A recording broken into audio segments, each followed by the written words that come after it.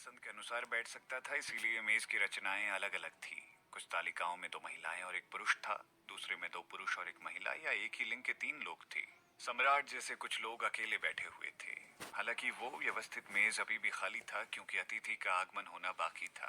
क्योंकि शिरीन के लिए विदाई रात्रि भोज का आयोजन खास तौर से किया गया था, इसीलिए वो स्वाभाविक रूप से केंद्र बिंदु बन गई थी। इसके विपरीत शिरीन के पिता वजीर श्याम सिंह भी केंद्र बिंदु बन गए थे। वजीर श्याम सिंह बुरी तरह से पस्त दिखाई दे रहे थे और पिछले 2 दिनों से काफी परेशान थे। 2 दिन पहले उन्होंने गुस्से में अपनी तलवार से शकुंतला देवी को मार डाला था। हालांकि वो उस समय अच्छा महसूस कर रहे थे, लेकिन वो व्याकुल थे। सबसे पहले उन्हें सार्वजनिक रूप से घोषणा करनी पड़ी कि शकुंतला देवी की अचानक बीमारी के कारण मृत्यु हो गई। एक साधारण ताबूत में उन्हें दफनाने के कारण उन्हें शकुंतला देवी के मुद्दे को निपटाना पड़ा। उन्हें वजीर के परिवार में कब्रिस्तान में नहीं, बल्कि कहीं जंगली जंगल में दफनाया जा सकता था। इस पीढ़ी के दौरान महिलाओं की स्थिति अल्प थी। जब उन्होंने तलाक के 7 कारणों में से एक का उल्लंघन किया, तब तक उन्हें तलाक दे दिया जा सकता था, और अगर वो मामला गंभीर नहीं था, अन्यथा उन्हें मार दिया जाता था। और अधिकारियों सहित कोई भी उनकी परवाह नहीं करता था, भले ही वो पानी में डूबे या सुअर की टोकरी में डूब जाए। इसके अलावा शकुंतला देवी की उत्पत्ति एक छोटे आकार के परिवार से हुई थी, और वो आमतौर पर अपने परिवार के सदस्यों के साथ कठोरता से और अस्वाभाविक व्यवहार करती थी। इसीलिए उनके परिवार का कोई भी सदस्य अप्राकृतिक मृत्यु होने पर भी उनकी मदद नहीं करना चाहता था। इसीलिए जैसे ही उन्हें वजीर श्याम सिंह से कुछ पैसे मिले, उन्होंने ना तो कुछ कहा और ना ही कुछ किया। शकुंतला देवी के लिए अफसोस की बात यह थी कि उन्होंने अनुचित और चालाक साधनों की एक श्रृंखला के माध्यम से अपना लाभ हासिल करने के लिए बुरी योजनाओं की साजिश रचने का जीवन जिया था। उन्होंने कुमकुम देवी को नुकसान पहुंचाया, जादू से अक्षय सिंह को बहकाया और शिरीन को काफी बार धोखा दिया। जैसा बीज बोओगे वैसा ही फल पाओगे। जब उन्होंने शकुंतला देवी के मुद्दे को सुलझाया, तब उन्हें पता चला कि शिरीन सच में वहां से चली गई है। वो उसकी तलाश करने गए तो शिरीन ने वास्तव में उनके लिए कोई सबूत नहीं छोड़ा था। वो केवल चली गई थी, बल्कि उसके परिचारक भी चले गए थे। इसी बीच उन्होंने उसे जो भी चीज दी थी, वो उन सबको छोड़कर चली गई थी। जाहिर है वो अपने रिश्ते को त्यागना चाहती थी। उसी समय वजीर श्याम सिंह को गुस्सा और असहाय दोनों महसूस हो रहा था। आखिरकार कुमकुम देवी के साथ उनके बच्चे भी घृणित पैदा हुए और अपने पिता के साथ अपने रिश्ते को त्यागना चाहते थे। हालांकि भीमपुर राज्य के कानूनों के अनुसार ये आधिकारिक था कि अगर माता पिता अपने बच्चों का त्याग कर सकते हैं, लेकिन बच्चे अपने माता पिता का त्याग नहीं कर सकते हैं। उन्होंने जो भी कहा, उनके गुस्से को हवा देने वाले शब्द वो माने जाते थे। क्योंकि उनके पास एक विशाल समूह था जिसमें काफी जासूस भी शामिल थे, इसीलिए उन्हें जल्दी से पता चल गया कि शिरीन कहाँ चली गई थी। इसीलिए उससे बात करने के लिए कल शाम उसकी तलाश करने गए थे, लेकिन उन्हें उनके 4 परिचारकों ने कहकर रोक दिया था कि उन्होंने किसी को भी अंदर नहीं आने का आदेश दिया था। क्योंकि वजीर श्याम सिंह पहले से अपनी बेटी के साथ गर्म पानी में थे, इसीलिए वो अपने रिश्ते को खराब होने से रोकने के लिए बल द्वारा प्रवेश नहीं करना चाहते थे। इसीलिए उन्होंने कहा कि वो रात के खाने के लिए उसे लेने के लिए अगले शाम दोबारा आएंगे। जैसे कि उम्मीद थी, वो अभी भी शिरीन को लेने के लिए आए थे, लेकिन शिरीन बिल्कुल भी वहां नहीं थी। वो अपनी बेटी के ठिकाने को पूछने का प्रबंध नहीं कर सकते थे, क्योंकि रात्रि भोज का आयोजन किया गया था। वजीर श्याम सिंह ने किसी भी देरी से आने की हिम्मत नहीं की, इसलिए सभी को पहले ही कार्यक्रम स्थल पर जाना पड़ा। शिरीन को गुपचुप तरीके से देखने के लिए किसी से मिलने जाना था, लेकिन अब जब वो अकेले ही रात में खाने में चले गए थे। जैसा कि मेहमान शाही अधिकारी और उनके परिवार थे, कोई भी अधिकारी चालाकी में कमी नहीं करेगा। क्योंकि वो गप्पे मारने में भी अच्छे थे, इसीलिए वजीर श्याम सिंह की हवेली में होने वाली घटनाओं की खबरें किस तरह फैल गई थी, जबकि वजीर श्याम सिंह उसे छिपाने की कोशिश कर रहे थे। हालांकि वो उन पर पूरी तरह से विश्वास नहीं करते थे। लोगों ने स्पष्ट रूप से पूछताछ करना शुरू कर दिया। जब उन्होंने देखा कि वो अकेले आए हैं, तो उनकी आंखों में सूक्ष्म अंतर का उल्लेख दिख रहा था। इससे वजीर श्याम सिंह नाराज हो गए और इस प्रकार वो बैठते समय अधिकांश समय चुप रहे। अपने सहयोगियों से बातें करते हुए और खासतौर से उनके बच्चों और बूढ़ी पत्नियों को देखते हुए उन्हें अच्छा नहीं लग रहा था। वो समय को याद कर दुखी महसूस कर रहे थे जब वो अभी अभी एक वजीर बने थे। उनके बेटे अक्षय सिंह को एक प्रतिभाशाली व्यक्ति के रूप में सत्यापित किया गया था। कुमकुम देवी खुश थी और उसके जैसी मजबूत महिला भी उनका हाथ पकड़े चलती थी। जब वो महल में रात के खाने के लिए गए थे, तो उन्होंने गाड़ी के अंदर और बाहर निकलते समय एक दूसरे का हाथ पकड़े रखा था। वो दोनों साथ बैठते और वो उन्हें भोजन परोसती थी। क्योंकि वो उन सभी वरीयताओं को जानती थी, इसीलिए वो जो भोजन परोसती थी वो सही होता था। वो उस समय कई लोगों द्वारा प्रशंसा का केंद्र बन गई थी। हर कोई उन्हें एक शानदार पत्नी होने के लिए तारीफें देता था, जो न केवल सुंदर थी बल्कि युद्ध कला तकनीक में भी कुशल थी और भावुक भी थी। यहाँ तक कि सम्राट ने भी उनकी प्रशंसा की थी।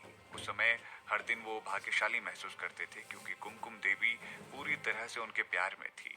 उन्होंने ये भी कहा कि वो 1 दर्जन प्रतिभाशाली बच्चों को उनके साथ रखना चाहती थी ताकि वो भीमपुर राज्य के सबसे अच्छे आदमी बन सके। दुर्भाग्य से लोग हमेशा इस सब की सराहना किए बिना बहुत ज्यादा की तलाश में रहते हैं और फिर और ज्यादा लालची हो जाते हैं।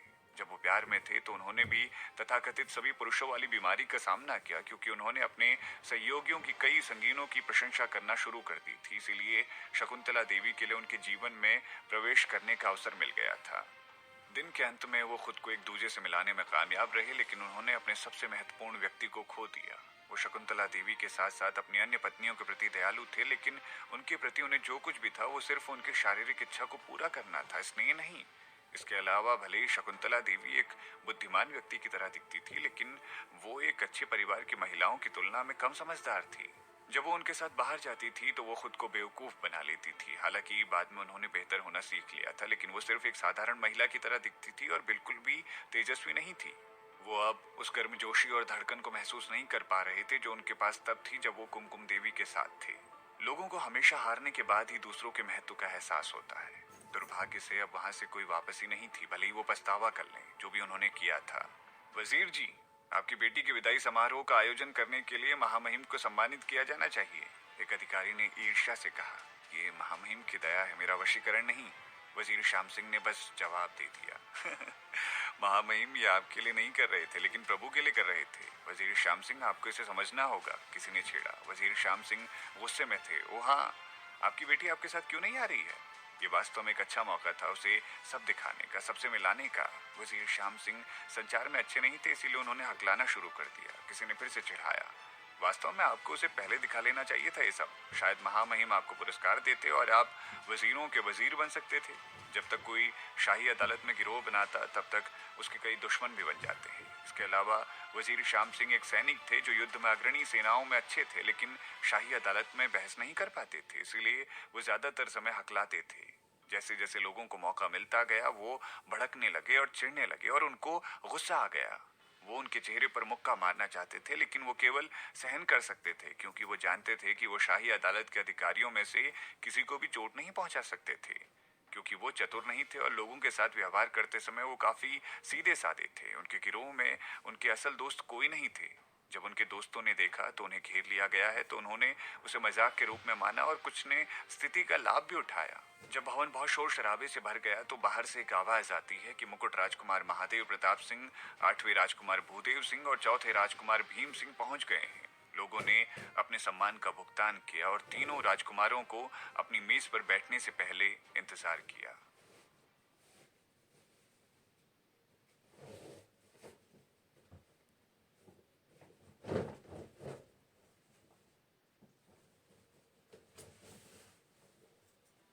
जैसा कि 3 राजकुमारों को सम्मानजनक माना जाता था, इसीलिए प्रत्येक के पास एक अलग अलग तालिका थी। महिलाओं को वहां रात्रि भोज पर आने का कोई पछतावा नहीं हो रहा था क्योंकि शहर की 4 राजधानी में से 3 सबसे खूबसूरत बच्चे जो अच्छे दिख रहे थे वहां आए थे। कई महिलाओं ने अपना ध्यान उन पर स्थानांतरित कर दिया। कुछ बहादुर महिलाएं तो मौर्य राजकुमार की ओर चल पड़ी और पूछा क्या वो उनके बगल वाली मेज ले सकती हैं। क्योंकि मौर्य राजकुमार एक सज्जन व्यक्ति थे, इसीलिए उन्होंने उन्हें अस्वीकार नहीं किया। इसीलिए उनके पास 2 ओजस्वी महिलाएं बैठ गई। अपनी उपस्थिति से आश्वस्त कुछ महान महिलाएं भूदेव सिंह से पूछने के लिए गई कि क्या वो उनके साथ वाली कुर्सी पर बैठ सकती हैं, लेकिन वो भूदेव सिंह द्वारा एक मुस्कान के साथ अस्वीकार कर दी गई जब वो उनके चेहरे को देख रहे थे। इसीलिए वो शर्मिंदा होकर आगे बढ़ गई। महादेव प्रताप सिंह की बात करें तो उन्होंने हमेशा अपने आसपास के लोगों को मेरे पास मत आना वाली आभा दी है। यहाँ तक कि वो जो महिलाएं उनके पास बैठने के लिए पर्याप्त बहादुर थी, वो भी उनकी आंखों में ठंड की उदासीनता को देखते हुए हिलना बंद कर देती थी। दूसरी ओर भीम सिंह महिलाओं के बीच लोकप्रिय थे। वो दया और कोमलता प्रदर्शित करना चाहते थे ताकि 2 खूबसूरत महिलाएं उनके साथ बैठे, लेकिन जब उन्होंने देखा कि महादेव प्रताप सिंह और भूदेव सिंह दोनों अकेले बैठे तो उन्हें किसी और के साथ बैठने में शर्मिंदगी महसूस हुई। इसीलिए वो अकेले बैठे हुए कुछ और ही सोचने लगे। लेकिन उनकी मेज प्रधानमंत्री की बेटी कोमल देवी के पास थी। सम्राट ने रात के खाने का शुरुआती समय 6 बजे निर्धारित किया था और वो 15 मिनट पहले ही आ गए थे। लोगों ने उनको सम्मान का भुगतान करने के बाद सम्राट के भवन को अच्छे से देखा और थोड़ा चौंक गए। फिर सम्राट ने अपना ध्यान वजीर श्याम सिंह की ओर घुमाया। वजीर श्याम सिंह, आपकी बेटी अभी तक यहाँ क्यों नहीं आई? वजीर श्याम सिंह बहुत चिंतित थे और उन्हें ठंडा पसीना आ रहा था, लेकिन उन्हें कुछ तो जवाब देना ही था। मेरी छोटी बेटी, वो शायद कुछ मुद्दों के कारण फंस गई है, लेकिन मेरा मानना है कि वो जल्दी यहाँ पहुंच जाएगी, किसी ने चिढ़ाया। वजीर श्याम सिंह जी की छोटी बेटी अब वैसी नहीं है जैसी वो हुआ करती थी। जैसे कि वो भगवान की शिष्या है, वो अब और भी कीमती हो गई है। किसी ने बोलना जारी रखा। कोई फर्क नहीं पड़ता कि वो कितनी कीमती है, वो अभी भी राजकुमारों और महामहिम की तुलना में उतनी महत्वपूर्ण नहीं है। सही बात है ना? वो हमारे महाराज को इंतजार कैसे करवा सकती है? एक अशिक्षित महिला के पास आमतौर पर गुण होता है, लेकिन वजीर श्याम सिंह की छोटी बेटी इसके विपरीत है। उसके पास ना तो कोई गुण है और ना ही प्रतिभा है। फिर भी ये उनके लिए अच्छा नहीं है कि वो खुद पर इतना गर्व करे। सही है ना? वजीर श्याम सिंह के राजनीतिक दुश्मन मौका मिलते ही उन्हें उकसाना शुरू कर दिए थे, लेकिन उन्होंने उनसे ज्यादा बोलने की हिम्मत नहीं की, क्योंकि शिरीन प्रभु की प्रतिनिधि बन गई थी और वो आकाशी ऋषि व्यास साहू जी द्वारा सुने जाने पर उनकी बातों के लिए दंडित किए जा सकते हैं। सम्राट हालांकि खुले दिल के थे। उन्होंने शिकायत करने वाले अधिकारियों को रोकने के लिए अपना हाथ उठाया। शिरीन एक भरोसेमंद बच्चा है, उसे किसी चीज से रुकावट हो सकती है, क्योंकि वह अभी तक यहाँ नहीं आई है, इसलिए कृपया धैर्य रखें। वजीर श्याम सिंह जी, आपको चिंतित होने की जरूरत नहीं है। सम्राट ने भूदेव सिंह पर नजर डाली। चौथे राजकुमार, जब शिरीन आती है तो उसे अपने साथ बैठने दे। युवाओं को एक साथ बैठना चाहिए, क्योंकि ये उनके लिए अधिक मजेदार होता है। भूदेव सिंह बेवकूफ सा था और विश्वास नहीं कर सकता था कि उसका सबसे बुरा सपना सच हो रहा था, और उसने कहा, मुझे लगता है कि ये मेरे साथ उसका बैठना बिल्कुल भी उपयुक्त नहीं होगा। वो ऐसे कुरूप व्यक्ति के साथ बैठना नहीं चाहते थे। यदि वो जानते होते कि उनके पिता इस तरह की व्यवस्था करेंगे तो उन्होंने उन दो सुंदर महिलाओं को अभी उनके साथ बैठने की अनुमति दे दी होती।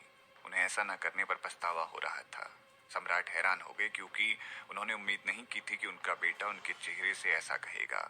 जब उन्होंने जवाब देना चाहा तो महादेव प्रताप सिंह ने बोला, पिताजी, कृपया बाद में जब वो आ जाएगी तब शिरीन को मेरे पास बैठने दे, मुझे उसके साथ कुछ बात करनी है। लोग ये सुनकर हैरान थे। भीम सिंह ने मुस्कुराते हुए कहा, वो मेरे पास भी बैठ सकती है। भूदेव सिंह ने ईमानदारी से कहा कि वो ऐसा चाहते हैं, इसीलिए उन्होंने तुरंत कहा, पिताजी, क्योंकि मुकुट राजकुमार और आठवें भाई दोनों चाहते हैं कि वजीर श्याम सिंह की छोटी बेटी उनके बगल में बैठे, तो मेरी हिम्मत नहीं हो रही कि वो मेरे पास बैठे।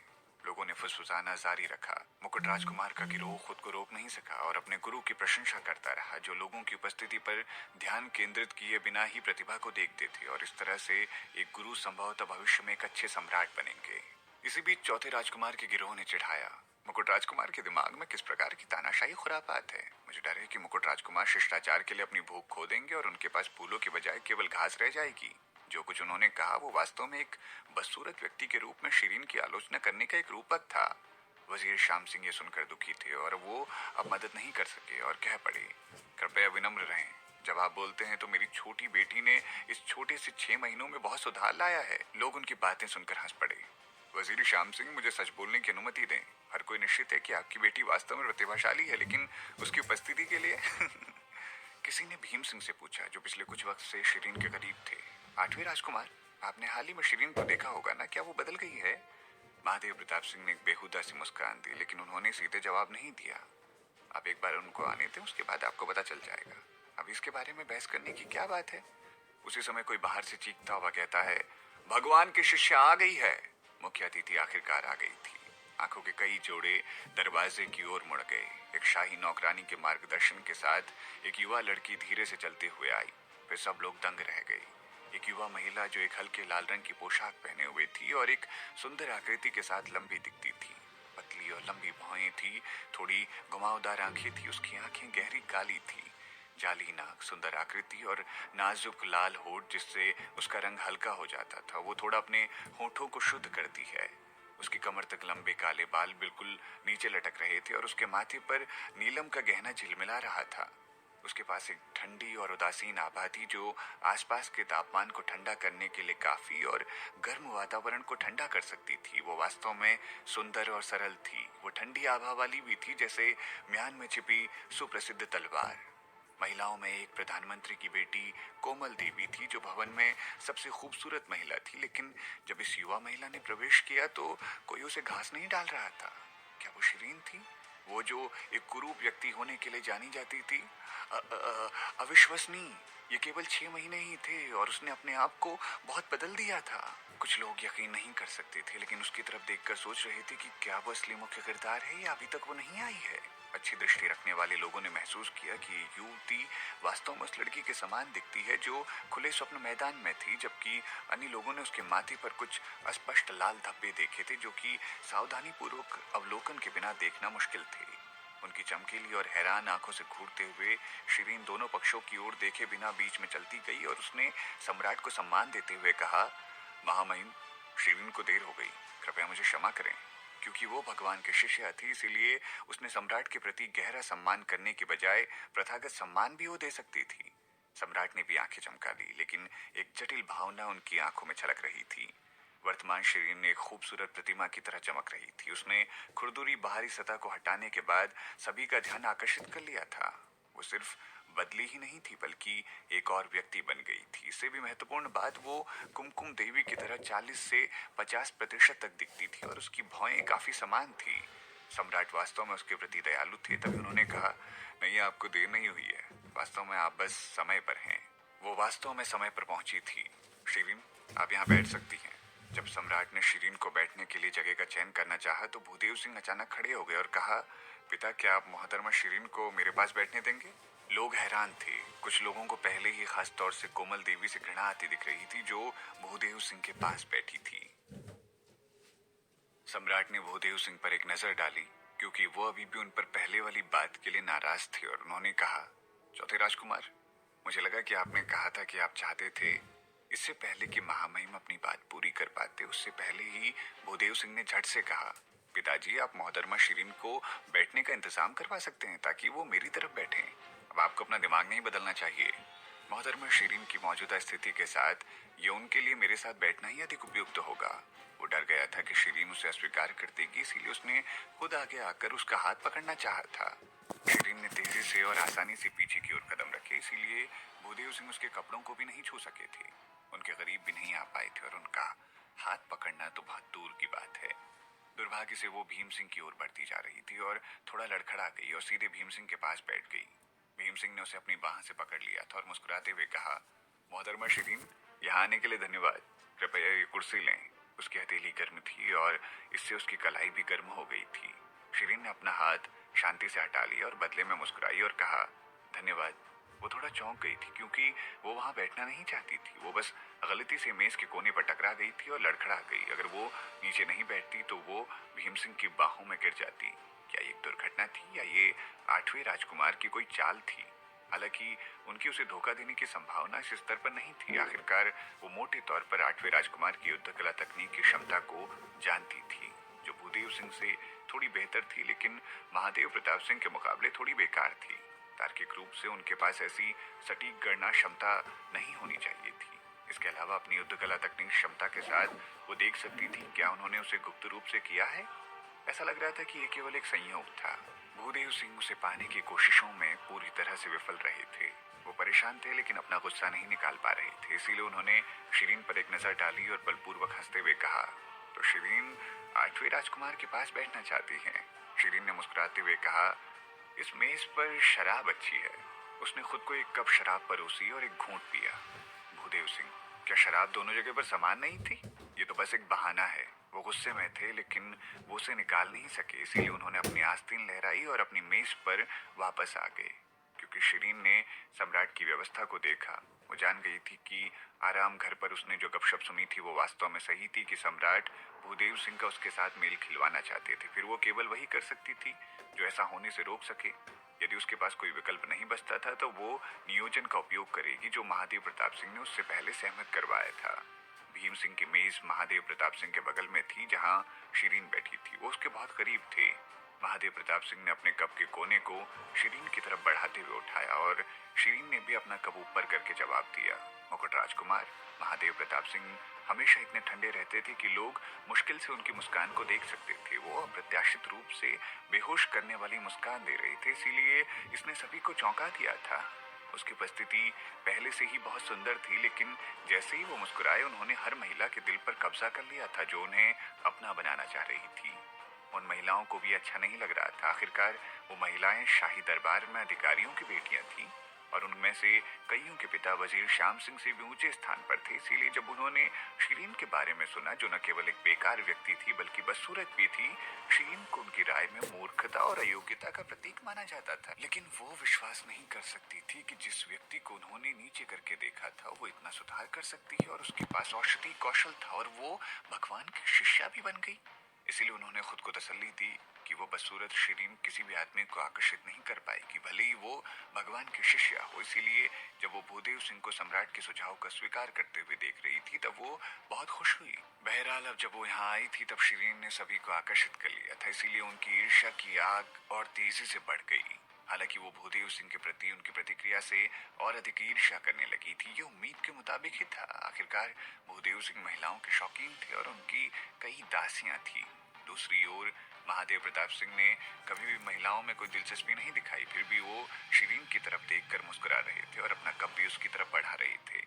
लेकिन आधार पर क्यों उसी को सारा लाभ मिल रहा है?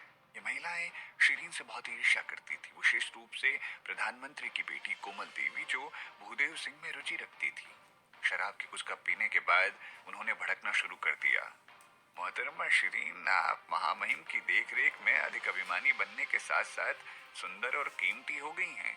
वो शिरीन के खिलाफ अपने आरोपों को अतिरंजित करना शुरू कर चुकी थी। शिरीन ने शांति से उत्तर दिया, क्या आप कृपया इसे विस्तृत कर सकती हैं? महामहिम आपके लिए स्वयं में एक विदाई रात्रि भोज का आयोजन करते हैं। ये वास्तव में एक महान सम्मान है। ये आपकी कृतज्ञता नहीं दिखाने के लिए ठीक है, फिर भी आप जानबूझकर देर से आई ताकि महामहिम आपका इंतजार करें। आप कितनी अहंकारी और पागल हो सकती हैं और आप खुद को भगवान की शिष्या कहती हैं। ये बहुत घमंडी है, किसी का सम्मान नहीं करती। हाँ, ये बहुत निराशाजनक है। एक अनैतिक महिला का आमतौर पर गुण होता है, लेकिन आप बहुत घमंडी लगती हैं। तो क्या हुआ अगर आपके पास सुंदर रूप है, आपके पास कोई गुण नहीं है? महिलाओं ने एक एक करके उसकी निंदा शुरू कर दी। शिरीन ने शांति से सुना और एक पल के बाद पूछा, क्या आप सभी ने बोलना समाप्त कर दिया है? महिलाएं हैरान थी। जब आपने बोलना समाप्त कर लिया है तो अब मैं कुछ बोलूंगी, शिरीन ने शांति से कहा और सम्राट की ओर मुखातिब हुई। महामहिम, मुझे याद है कि निमंत्रण पत्र पर लिखा गया शुरुआती समय 6 बजे का था। क्या मुझे गलत याद है? सम्राट ने अपना सर हिलाया। आपको गलत तरीके से याद नहीं है, यह शुरुआती समय वास्तव में शाम 6 बजे का ही था। शिरीन ने दरवाजे पर खड़े सैनिक से पूछा, मुझे माफ करना, मैंने अभी अभी क्या समय दर्ज किया? क्या मैं देर से आई हूँ? सैनिक ने अजीब रूप से सम्राट की ओर देखा और सम्राट ने कहा, आप सिर्फ सच कह सकते हैं। सैनिक झुका और बोला, मोहतरमा शिरीन जी बिल्कुल समय पर आ गई थी और देरी से नहीं आई थी। शिरीन ने थोड़ा सर हिलाया और कोमल देवी और बाकी महिलाओं की ओर देखते हुए कहा, क्या आपने उसे सुना है? मैं यहाँ वादा किए हुए समय पर पहुंची हूँ और ठीक समय पर बैठ गई थी। आप कैसे कह सकती हैं कि मैं घमंडी हूँ? महिलाएं चुप हो गई। कोमल देवी हैरानी से बोली, आप महामहिम की तुलना में बाद में आई। ये महामहिम की जगह है और मैं इसके लिए आभारी हूँ, लेकिन आपके लहजे से आपको दुखी महसूस करना चाहिए, क्योंकि आप यही कहना चाहती हैं कि महामहिम देर से आए हैं। इस अतिरंजित आरोप के कारण कोमल देवी को जाहिर तौर पर माथे पर ठंडा पसीना आ गया था और उन्हें पता चल गया था कि शिरीन ने उसकी व्याकरण संबंधी गलती पकड़ ली है। इसीलिए उन्होंने जल्दी से मना कर दिया, नहीं, मैं नहीं, आप अपनी उंगली बस मेरे पर करने की हिम्मत मत करें, मुझसे दूर रहे। मेरा निश्चित रूप से इस सबसे मतलब नहीं था। शिरीन ने हंसते हुए कहा, मैं? आपने महामहिम के सामने मैं शब्द का उपयोग करने की हिम्मत कैसे की? इतना सारा घमंड है और पहले से ही आपने महामहिम को अपमानित करने का पाप किया है। अब मुझे पता चला कि आप कितने विनम्र हैं। कोमल देवी डर गई थी। उसका माथा पसीने की बूंदों से भर गया था। जब उन्होंने मुंह खोलकर शिरीन से कुछ कहना चाहा तो उसके पिता प्रधानमंत्री ने कठोरता से रोका। बेवकूफ लड़की, चुप रहो। कोमल देवी चौंक गई और फिर से उसने बोलने की हिम्मत नहीं की। इसी बीच प्रधानमंत्री जी अपनी बेटी की ओर से माफी मांगने के लिए सम्राट की ओर इशारा करने लगे। असम्मानजनक होने पर यह पाप गंभीर हो सकता था, क्योंकि किसी को तत्काल या गैर गंभीर नहीं माना जा सकता था, जिसे अनदेखा किया जा सकता है। बादशाह ने उपेक्षा करने के लिए चुना और अपना हाथ लहराया। हालांकि आपकी बेटी अपमानजनक है, लेकिन वह अभी भी जवान है, इसीलिए ठीक है। इसीलिए प्रधानमंत्री जी ने फिर से आभार व्यक्त किया। बादशाह ने उसके इंतजार में अपनी कोतवाली खत्म होने से पहले कहा, प्रधानमंत्री जी, आपकी बेटी निर्दोष और लापरवाह है, लेकिन वो बहुत सीधी सादी प्रतीत होती है। वो एक पेड़ बिना है जो बिना सीधे काटे बढ़ ही नहीं सकती। वो एक उपयोगी व्यक्ति नहीं हो सकती। अगर वो उचित अनुशासन नहीं रखेगी तो समझ गए ना आप? इसका मतलब था कि उसके पास अनुशासन की कमी थी और प्रधानमंत्री जी ने इसे स्पष्ट रूप से समझा। उन्हें थोड़ा बुरा लगा और जल्दी ही